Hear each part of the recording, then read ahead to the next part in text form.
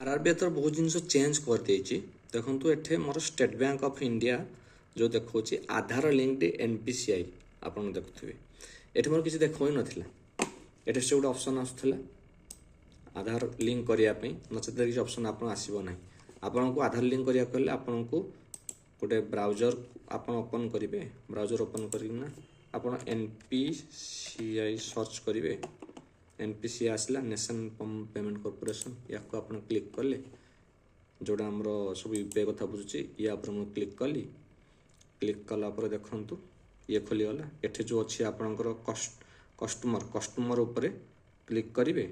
Click करके आपन को जिबा को पड़िबो भारत आधार सीडिंग एनेबल बीएससी या पर आपन क्लिक करिवे या पर आपन क्लिक कले देखंतु पेज ओपन हो एबे हला ये पेज ओपन होला ओपन होला पर आपन को एटे देखंतु जो अछि आधार सीडिंग एंड डीसीडिंग या पर आपन क्लिक करे पड़े माने आपन आधार बैंक अकाउंट आधार सीडिंग हेदा दरकार माने आपन सेटा किछ देखेबा नै आधार सीडिंग ऊपर मु क्लिक कली देखंतु एठे आसी गला एंटर योर आधार नंबर आपन एठे आपन आधार नंबर जहा अछि ताको क्लिक करिवे एठे सीडिंग ऊपर क्लिक करिवे देन एठे बैंक देबे जेमति मु देथिली स्टेट बैंक ऑफ इंडिया तो स्टेट बैंक ऑफ इंडिया आपन जो बैंक अच्छी यूको बैंक हो जहाँ भी बैंक हो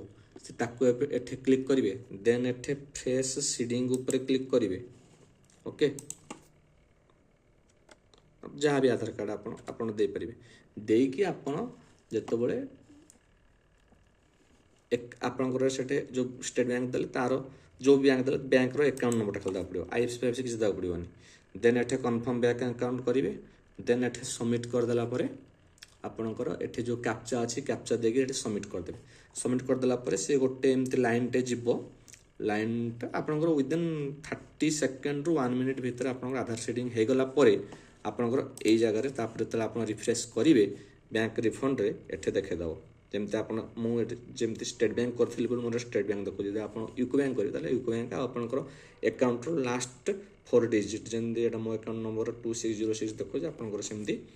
लास्ट 4 डिजिट से देखे दबो देन आपन ताको सेव करके देन आपन नेक्स्ट करिवे।